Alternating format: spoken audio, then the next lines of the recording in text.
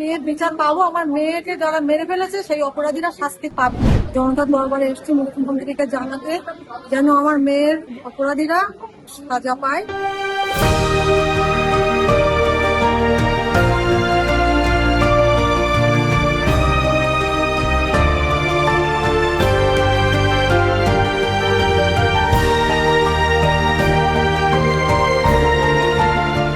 বারাসাত থেকে এসেছেন মেয়ের বিচারের দাবিতে।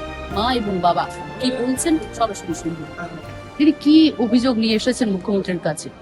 অভিযোগ নিয়ে এসেছি, আমার মেয়ের বিয়ে 4 মাসের মাথায় অকথ্য অত্যাচারে তার শ্বশুরবাড়ির লোকজন মেরে ফেলেছে। আমরা বারাসাত আমাদের সুবিচার পাচ্ছি না বলে জনতার দরবারে এসেছি মুখ্যমন্ত্রীকে জানাতে যেন আমার মেয়ের যারা অপরাধীরা ঠিক সাজা পায়, সেইটার জন্য আমরা মুখ্যমন্ত্রীর কাছে দরবারে জানাতে। কি হয়েছিল হয়েছিল আমার মেয়ের ওই জামাইয়ের গার্মেন্টস এর ব্যবসা আছে, ওদের লেবার পেমেন্টের জন্য শনিবার লেবার পেমেন্ট হয়। যেদিনই টাকা কম থাকে সেদিনই মেয়েকে বলে আমার কাছ থেকে আনতে, তা নইলে ওর কাছে হয়তো ওর গয়নাগাটি চায়, এবারে ও দেয় না। আমার কাছ থেকে টাকা যখনই চেয়েছে তখনই আমি দিয়েছি। লাস্টের দিকে আমি কত টাকা দেবো, আমি হয়তো দিতে পারিনি, ওর হয়তো সেটা হয় মানে পোষাচ্ছিল না, ওই জন্য আমার মেয়েকে এরকম সময় চলে যেতে হলো। মেয়েকে মেরে ফেললো বাড়ির লোকজন। কারা মেরে ফেললো? শ্বশুর শাশুড়ি সবাই আছে, আমার জামাইও আছে, আমার জামাইয়ের জেঠুও আছে, সবাই মিলেই মেরে ফেলেছে আমার মেয়ে। কত সালের ঘটনা এটা? 25 সাল, 17 ডিসেম্বর। প্রায় এক বছরের কাছাকাছি হতে। 14 ডিসেম্বরের 14 তারিখে ওদের বাড়িতে আমাদের নিমন্ত্রণ করে নিয়ে গেছিল আমাদের সবাইকে। সেখানে আমরা সবাই গেছি। ওর বাবার কাছে আমার জামাই আবার মানে নতুন ব্যবসা করবে বলে 5 লাখ টাকাও দাবি করে। তবুও সে বলেছে যে আমি মেয়ে বিয়ে দিয়ে দেবো। এমনি আমি প্রচুর দেনা, এখনো প্রচুর দেনা, গলা অব্দি দেনা। তা তবুও সে বলেছে যে ঠিক আছে আমি চেষ্টা করবো তোমাকে দেওয়ার 5 লাখ টাকা। তা সেই হয়তো সে টাকাও হয়তো ওর কাছে বলেছে, হয়তো বাবার কাছ থেকে নিয়ে আসতে, হয়তো আসতে চায়নি, তো জানে আমাদের আর্থিক, সেই জন্য হয়তো ওকে এরকম ভাবে প্ল্যানটা দিতে হলো। এরা প্রশাসন পুলিশকে জানিয়েছিলেন? সব জানিয়েছি আমরা, পুলিশের কাছ থেকে কোনো সুরাহা পাইনি। এমনকি ওর বাবা আমরা থানা থেকে মানে ঘাট ধাক্কা খাওয়ার মতন অবস্থা। আমাদের তো পয়সা নেই, আমরা তো থানাকে পয়সা দিতে পারিনি, যার জন্য থানা আমাদের ফেভার করছে না। গ্রেপ্তার বা কেউ কিছু? গ্রেপ্তার হয়েছে, জামাই গ্রেপ্তার হয়েছে। জামাইয়ের বাবাকে গ্রেপ্তার করেননি, কারণ উনি এই পার্কস্ট্রিট থানার উনি এসআই, আমার মেয়ের শ্বশুর। আচ্ছা, পার্কস্ট্রিট থানার এসআই, তার জন্য ওই অজুহাত দিয়ে মেয়ের শ্বশুরকে গ্রেপ্তার করেননি আমাদের বারাসাত থানা। আর আমরা গেলেই আমাদেরকে ওই মানে কেমন সান্ত্বনা বাক্য দিয়ে আমাদেরকে পাঠিয়ে দিচ্ছে, ওরা দেখবে, ওরা পেছন থেকে টাকা নিচ্ছে।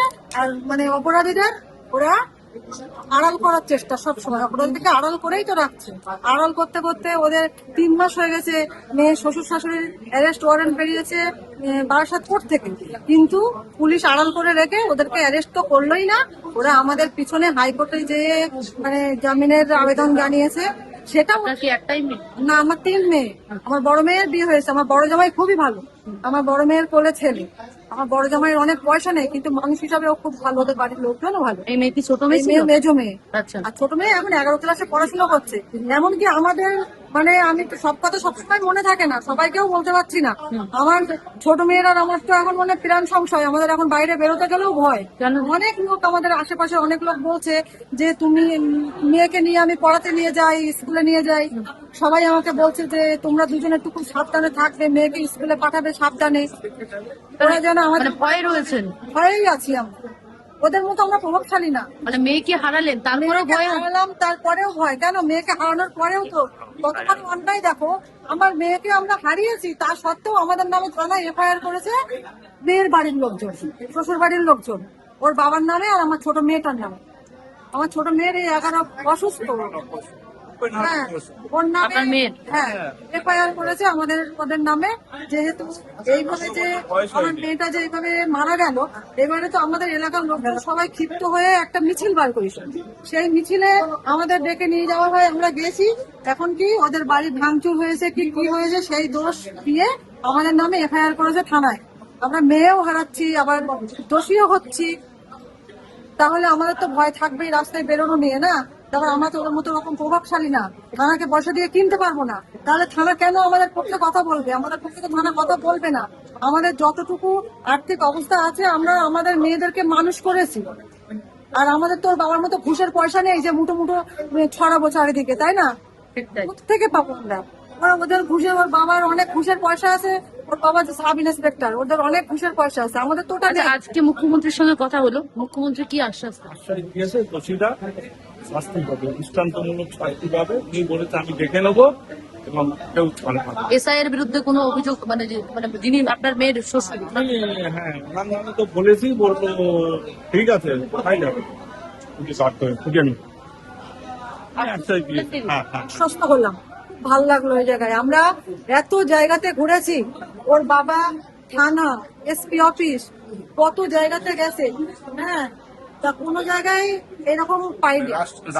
রাজ্যপাল সব জায়গাতেই চিঠি করেছে, সব জায়গাতেই জানিয়েছে, কিন্তু এখানে এসে যা ভালো লাগলো, আমি মনে হচ্ছে মেয়ের বিচার মনে পাবো। হচ্ছে আমি মেয়ের বিচার পাবো, আমার মেয়েকে যারা মেরে ফেলেছে সেই অপরাধীরা শাস্তি পাবে। আরো ভালো ভালো খবর দেখতে সাবস্ক্রাইব করুন বাংলা হান্টের ইউটিউব চ্যানেল।